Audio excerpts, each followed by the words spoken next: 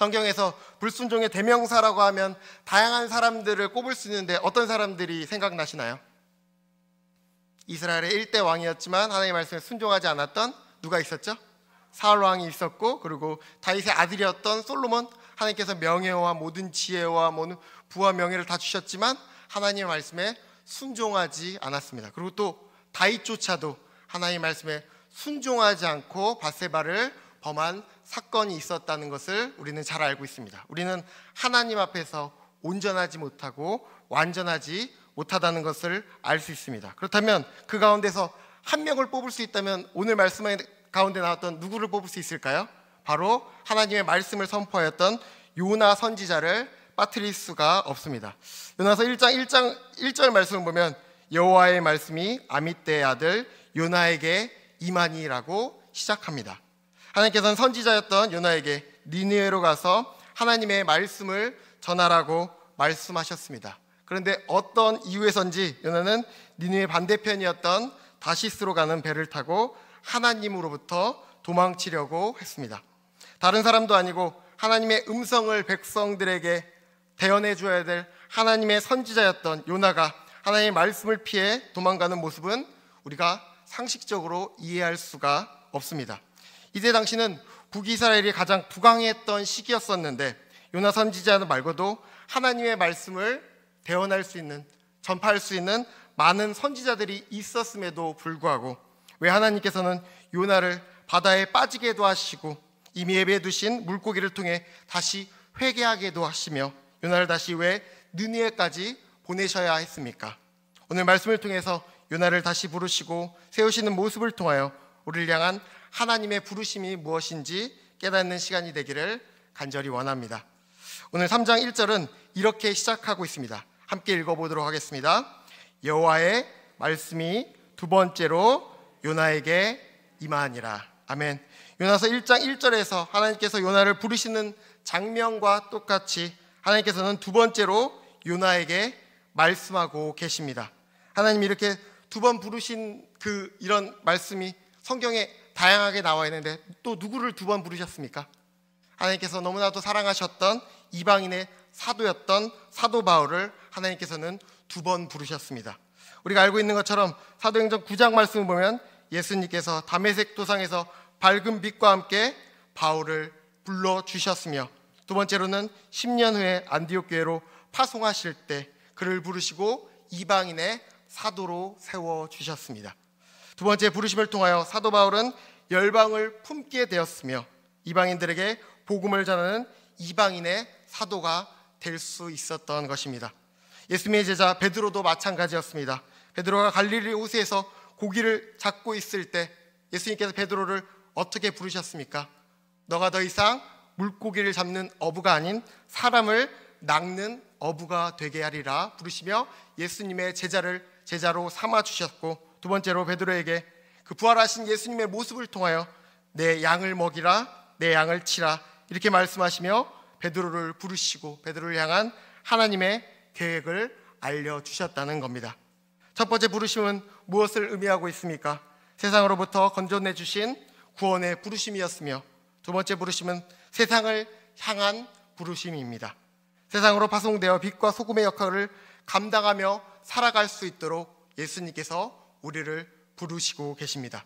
우리가 첫 번째 부르심을 받았다면 이제는 세상 속에서 하나님의 사명을 깨닫고 우리를 향한 하나님의 계획이 무엇인지 깨달으며 그 부르심에 합당한 삶을 살아갈 수 있어야 합니다. 이제 요나는 하나님의 두 번째 부르심에 순종하여 니느웨로 나아가 하나님의 말씀을 선포하고 있습니다. 그렇다면 니느웨는 어떤 곳입니까?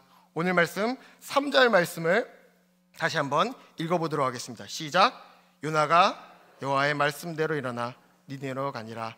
니느웨는 사흘 동안 걸을 만큼 하나님 앞에서 큰 성이었더라. 니느웨에 대해서 어떻게 설명하고 있습니까? 하나님 앞에서 사흘 동안 걸을 정도로 큰 성이라고 우리에게 말해주고 있습니다. 고고학자들에 의하면 니느웨 성은 19세기까지 발견되지 않았다고 합니다. 마치 성경에 나오는 상상의 도시처럼 여겨졌지만 1840년 그 니느웨 성을 발굴하게 되었는데 그 성의 높이가 무려 30m나 되는 어마어마한 성벽을 이룬 그런 도시였다고 고고학자들은 우리에게 말해주고 있습니다. 오늘날로 치면 아파트 13층 높이의 벽이 느니에 성을 둘러싸고 있었으며 그 성벽의 폭은 쌍두마차, 말이 두 마리가 이끌고 있는 마차가 그 6대가 함께 달릴 수 있을 만큼, 지금으로 따지면 6차선 도로를 이룰 만큼 그 폭이 어마어마했다는 겁니다. 얼마나 높고 얼마나 두꺼운지 감히 상상할 수도 없는 정말 어마어마한 도시였습니다. 그리고 옛날 성들은 해자라는 것이 있었는데 성과 그 땅을 분리하는 이렇게 밑에 물이 있어서 적들이 이렇게 몰려올 때 그 물을 넘어와야 되는데 그 물 가운데서 문을 닫으면 그 적들이 밑으로 공격을 할 수 없었다고 합니다. 그래서 해자라는 그 높은 물이 있었는데 그 물의 깊이가 무려 18m였다는 겁니다. 그러니까 위로는 성벽이 30m까지 올라져 있으며 그 폭은 지금의 6차선 도로와 같이 너무나도 넓었으며 그 땅의 깊이는 18m로서 난공불락과 같은 어마어마한 도시를 이루고 있었던 성이었습니다. 그리고 느니에는 60만 가량의 사람들이 살고 있었는데 정말로 많은 사람들이 살고 있었기 때문에 요나가 니느웨에 나아가 하나님의 말씀을 선포하기 위해서는 며칠이 걸린다고 성경에 기록되어 있습니까? 하루도 아니고 이틀도 아니고 사흘 동안, 3일 동안 하나님의 말씀을 전해야지만 그 모든 백성들에게 하나님의 말씀을 선포할 수 있다고 성경은 기록하고 있습니다. 그렇지만 요나는 며칠 동안 하나님의 말씀을 선포하였습니까? 요나는 하나님의 말씀을 하루 동안 전포하고 있다는 것을 우리는 알 수 있습니다. 요나는 하나님의 말씀을 전하기는 전했지만 그들의 집을 찾아가 문을 두드리며 많은 백성들을 모으고 그 백성들을 향하여 하나님의 말씀을 선포한 것이 아니라 니느웨 성 동서를 가로지르는 그 큰 길가를 걸어다니며 딱 하루 동안만 40일이 지나면 니느웨가 무너질 것이라고 이렇게 이야기하고 다녔던 것입니다. 왜 니느웨가 무너지게 되었습니까?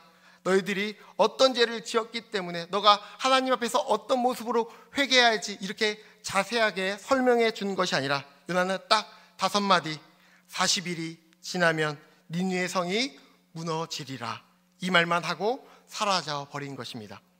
왜 그렇게 했습니까? 이스라엘과 원수관계였던 아수르 민족이 혹시나 하나님 앞에서 회개하며 그들이 돌이킬까봐 지금 요나는 하나님의 말씀을 짧고 굵게 전하고 니느웨 성이 보이는 그 언덕과 같은 곳에서 니느웨 성이 멸망하기를 기다리고 있었을지 모릅니다. 이제 멸망하지 않은지 팝콘을 먹으면서 구경만 하면 되는데 지금 오늘 말씀 가운데 기록되어 있는 것처럼 전혀 생각지도 못한 반전의 사건이 일어나고 있습니다. 요나의 불완전한 메시지를 듣고 니느웨 사람들은 하나님 앞에서 회개하기 시작했습니다. 오늘 말씀 5절과 6절 말씀을 다시 한번 읽어보도록 하겠습니다. 시작. 니느웨 사람들이 하나님을 믿고 베옷을 입은지라 그 일이 니느웨 왕에게 들리매 왕이 보좌에서 일어나 왕복을 벗고 굵은 베옷을 입고 제 위에 앉으니라. 아멘. 요나가 전한 그 불완전한 메시지를 듣고 지금 니느웨 백성들이 금식을 선포하고 높고 낮은 자를 막론하고 굵은 베옷을 입으며 하나님께 회개하기 시작했습니다. 그 모습을 바라보며 왕도 자기의 옷을 벗고 왕의 보좌에서 내려와 제 위에 앉아 있습니다. 그뿐만 아니라 왕과 그의 대신들이 조서를 내려 선포하여 이르되 사람이나 짐승이나 소떼나 양떼나 아무것도 입에 대지 말 것을 선포하며 그야말로 니느웨 성은 통곡의 소리로 가득하게 된 것입니다. 지구 역사상 이런 회개는 단 한 번도 없었습니다. 사람들은 하나님께서 자신들의 죄를 회개하며 용서해 줄 것을 구하고 있으며 짐승들은 밥을 안 주니까 죽자 살자 울어대기 시작한 것입니다. 그렇다면 이 회개의 시작은 누구로부터 시작이 된 것입니까? 요나의 아주 불완전한 메시지를 통하여 하나님께서 니느웨 사람들을 변화시키고 그들을 돌이키기 시작했다는 겁니다. 아마도 하나님은 이미 니느웨 백성들을 구원하겠다는 미리 모든 것을 예비해 두시고 요나가 하나님의 말씀에 순종하였을 때 그 말씀을 선포하였을 때까지 기다리고 있었을지 모릅니다. 요나를 통해 전해진 말 그 딱 5마디 40일이 지나면 니느웨 성은 무너지리라는 이 단순한 이 5마디를 통하여 그 60만 가량의 그 대도시였던 그 많은 백성들이 하나님의 말씀 앞에서 회개하며 금식하며 하나님께 나와 울부짖는 모습을 우리는 볼 수 있다는 겁니다. 그런데 하나님께서 전하를 하시라고 하셨던 40일이 지나면 니느웨가 무너지리라고 했던 그 말 가운데 무너진다는 이 말은, 그 단어의 말은 하파크라는 단어로서 이 단어의 원래 뜻은 빙그르 돈다는 뜻을 가지고 있습니다. 빙그르 돈다, 그러니까 하파크는 무너지는데 어떻게 도느냐, 빙그르 무너지게 된다는 것을 보여주고 있습니다. 그럼 빙그르 돈다는 뜻 말고 다른 뜻은 무엇이 있습니까? 망하게 될 것이다, 무너지게 될 것이다, 빙그르 돌아서 다시 돌아오게 될 것이라는 뜻을 같이 가지고 있다는 것입니다. 지금 하파크라는 이 단어는 무너진다는 뜻과 함께 빙그르 돌아서 다시 하나님께 회개하며 돌아온다는 뜻을 함께 가지고 있습니다. 지금 40일이 지났지만 니느웨가 무너지는 이 마을 가운데 40일 이후에 너희들이 다시 하나님께 회개하며 돌아올 것이라는 하나님의 이 계획과 이 말씀이 그 삶 가운데, 그 나라와 민족 가운데 이루어지고 있게 되었습니다. 우리는 이 사건을 통해서 놀라운 사실을 알 수 있습니다. 요나가 하나님께 명한 바를 그들에게 선포하였을 때 그들이 하나님께 회개하며 돌아왔다는 사실입니다. 요나가 그들에게 전했던 말은 너무나도 단순한 말이었습니다. 40일이 지나면 니느웨가 무너지리라. 이 말에는 엄청난 의미가 있었던 것은 아닙니다. 무시할 수도 있었으며 그들은 이 말을 듣고 화낼 수도 있었지만 하나님의 말씀이 선포되었을 때 하나님께서는 그들의 영혼을 만져주시며 그들이 하나님께 돌이킬 수 있도록 인도해 주셨다는 것입니다. 우리도 누군가에게 전도할 때 예수님에 대해서, 복음에 대해서 장황하게 설명하려 하지 않아도 됩니다.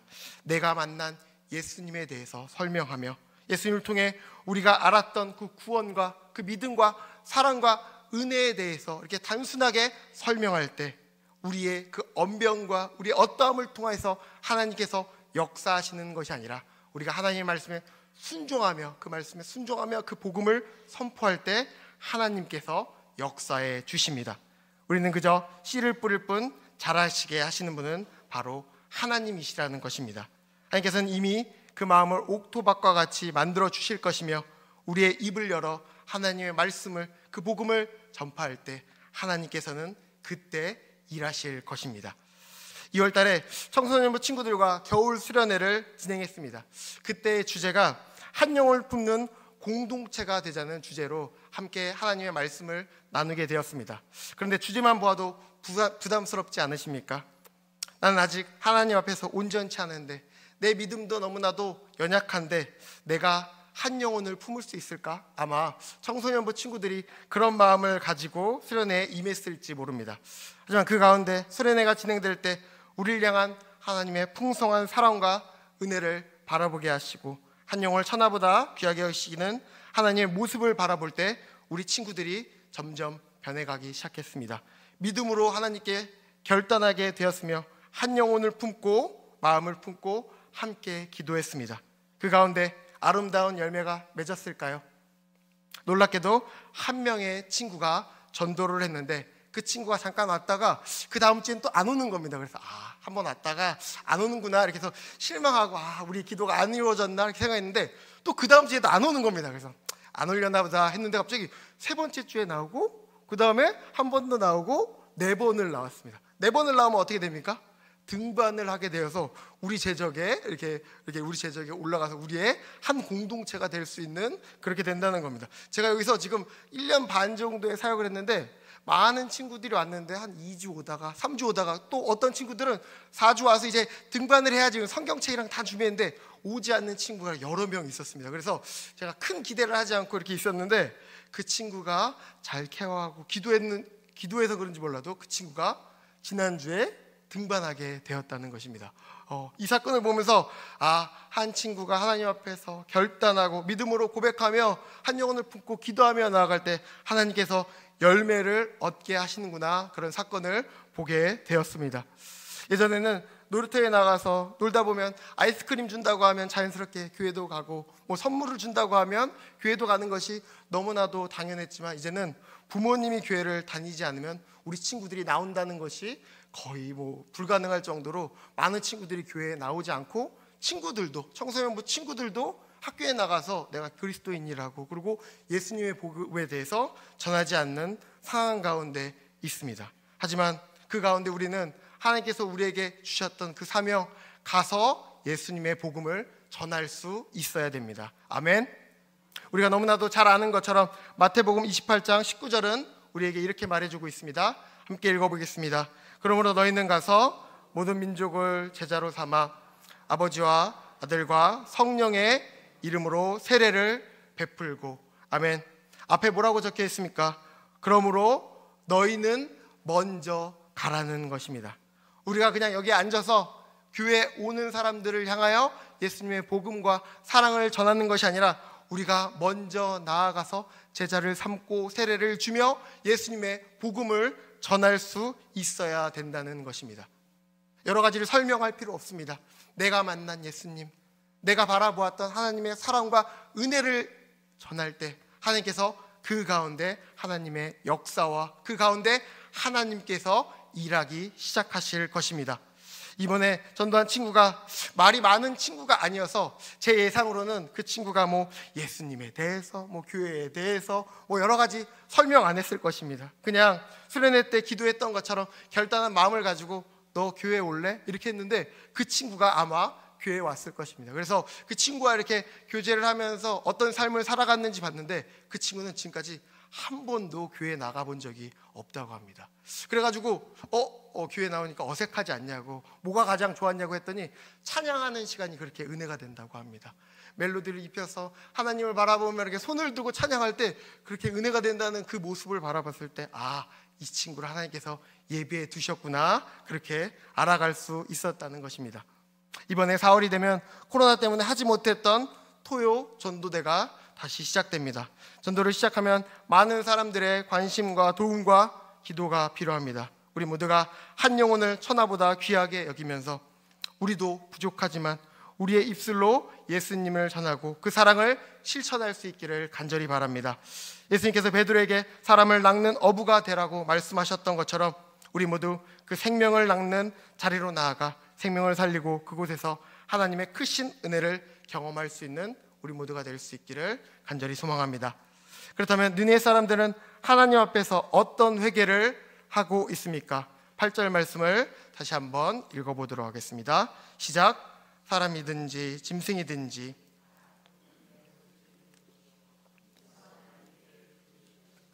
각기 악한 길로 손을 행한 강포에서 떠날 것이라.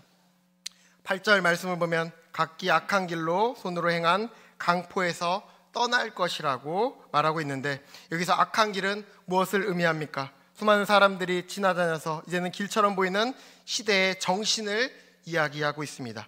이것은 개인적인 죄, 윤리적인 죄를 이야기하는 것이 아닙니다. 개인적인 죄, 도덕되는 죄를 넘어서 구조적인 죄를 회개하기 시작했다는 것입니다. 그들의 민족적인 죄를 하나님 앞에 나와서 자신의 개인의 죄만 회개하는 것이 아니라 민족의 죄를 고백하며 회개하며 나아가고 있었습니다. 강포는 무엇입니까? 폭력을 뜻합니다. 폭력으로 가득 찬 그들의 나라의 역사를 하나님께 회개하며 나아갈 때, 전인격적인 돌이킴의 사건을 통하여 하나님께서는 한 번에 실수한 것을 회개하는 그들의 모습이 아닌, 그들이 전인격적으로 주님께 나와 회개하며 나아갈 때 그들을 용서해 주셨습니다. 이렇게 죄에 대한 깊은 회개가 일어날 때 마지막에 누가 돌이키게 되었습니까? 오늘 3장 말씀을 보면 가장 중요한 부분은 바로 돌이킴입니다. 요나가 하나님께 회개하며 돌이킴으로써 하나님의 말씀을 전했을 때 니느웨 백성들이 하나님께 돌이키게 되었고, 그리고 마지막 10절 말씀을 보면 하나님이 내리기로 하셨던 심판을 돌이키시고 내리기로 했던 죄행을 내리지 않으셨다는 겁니다. 하나님은 원리 원칙주의자가 아니십니다. 심판하시겠다고 작정하셨음에도 자기 백성들이 하나님 앞에서 진심으로 돌이키며 모든 것을 하나님께 회개하며 나아갈 때 하나님께서 돌이키셔서 모든 것을 용서해 주시는 분이십니다. 우리가 우리의 방향을 조금만 전환해서 하나님 앞으로 돌이킬 때, 작정하며 나아갈 때, 믿음으로 고백할 때, 발걸음을 하나님께 한 걸음만 내어 드릴 때 하나님께서는 먼저 달려와 우리를 안으시고 우리의 죄를 용서해 주실 것입니다. 그리고 3장 말씀을 보면 하나님은 세상이 돌이키기 이전에 누구의 돌이킴을 가장 먼저 원하십니까? 하나님께서는 요나의 돌이킴을 통하여 이런 엄청난 열매를 경험하게 하신 것처럼 하나님께서는 우리가 먼저 하나님께 돌아와 돌이키기를 간절히 원하고 계십니다. 당시 느니웨 왕과 백성들은 단지 하루 동안 외친 요나의 심판 경고를 전해 듣고 하나님 앞에서 철저하게 회개하며 자복하는 모습을 보여주고 있습니다. 당시 아수르 왕이면 얼마나 잔인하고 얼마나 폐역하고 얼마나 냉담한 왕입니까? 이 당시에 모든 나라가 벌벌 떨었던 왕이었습니다. 그런데 그 왕이 직접 들은 것도 아니고 백성들을 통해 들었던 40일이 지나면 니느웨가 망한다는 이야기를 듣고 화를 내거나 역정을 내고 요나를 잡아오라고 명한 것이 아니라 본인이 하나님 앞에서 직접 회개하며 나아가고 있습니다. 게다가 왕과 그의 대신들이 조서를 내려 니느웨에게 선포하여 이르되 사람이나 짐승이나 소떼나 양떼나 아무것도 입에 대지 말라고 곧 먹지 말라고 말하며 하나님 앞에서 간절히 부르짖으며 회개한다는 것을 우리는 알 수 있습니다. 여러분, 이것이 무엇을 우리에게 의미해 주고 있습니까? 물론 이 부분이 하나님이 만민을 사랑하시고 이방인까지 돌아가게 하시는 하나님의 모습을 그리고 있지만, 그래서 이스라엘뿐만 아니라 니느웨를 구원하시는 하나님의 넓은 구원의 계획을 보여주고 있는 것도 맞지만 그것은 2차적인 것일 뿐 1차적으로는 이 요나서를 읽고 있는 이스라엘 백성들이 다시 하나님께로 돌아오기를 간절히 원하시는 하나님의 말씀이 기록되어 있는 것입니다. 이 당시는 어느 시대였습니까? 여로보암 2세가 이스라엘을 가장 부강하게 잘 다스릴 때 하나님께서는 이미 호세아와 선지자와 아모스 선지자를 통해서 하나님의 말씀을 전해 주셨습니다. 그 전에 호세아와 아모스를 통해서 하나님의 말씀이 선포되었을 때 이스라엘 백성들은 전혀 듣지 않았다는 겁니다.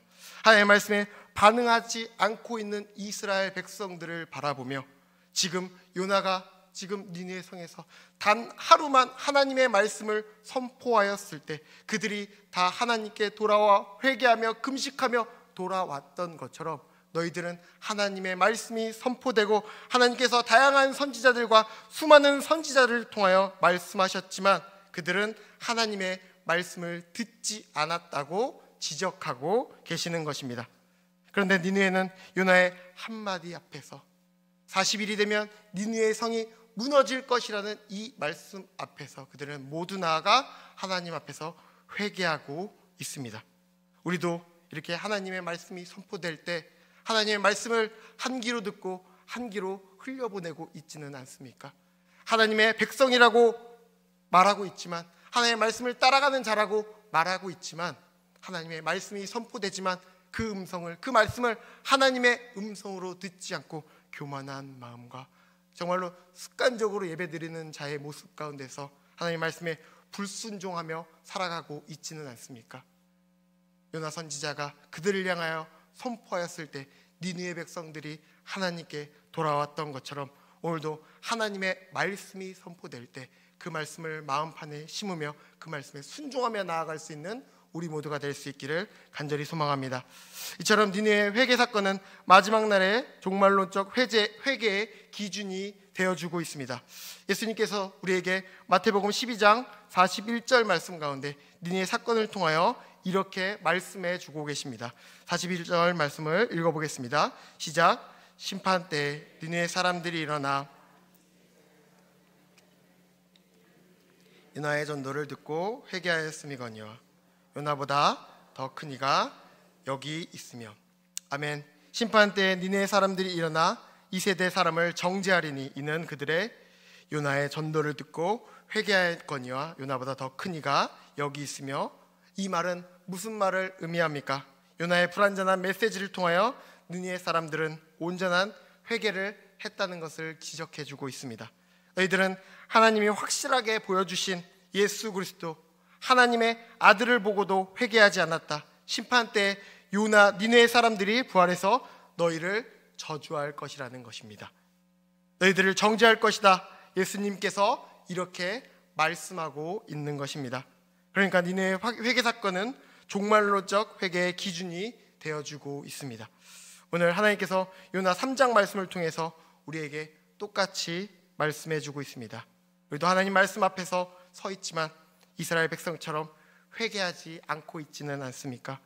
매일 하나님의 말씀이 선포되지만 그 말씀을 붙잡지 못하고 세상의 것을 붙잡고 나아가고 있지는 않습니까? 우리의 영이 깨어서 그 말씀 앞에서 우리의 영이 깨어서 그 말씀 앞에 순종하며 우리가 나아갈 수 있기를 간절히 바랍니다. 하나님께서는 요나서를 통해서 우리를 다시 부르시고 계십니다. 그 하나님의 음성에 반응할 수 있는 우리 모두가 되기를 간절히 바랍니다. 하나님의 사명을 이루라고 우리에게 말씀하고 계십니다. 우리에게 소명을 말씀해 주십니다. 하나님의 말씀을 통하여 우리가 하나님의 말씀으로서 돌이키라고 말씀해 주고 계십니다. 우리가 다시 하나님께 돌이킬 때 하나님께서는 그 은혜와 그 사랑으로 우리를 위로해 주실 것이며 그 사랑과 은혜로 안아 주실 것입니다. 남은 한 주 하나님 앞에 더욱더 가까이 나아가는 우리 모두가 될 수 있기를 바라며 그 부르심 앞에서 순종할 수 있는 우리 모든 성도님들 될 수 있기를 예수님의 이름으로 축복합니다.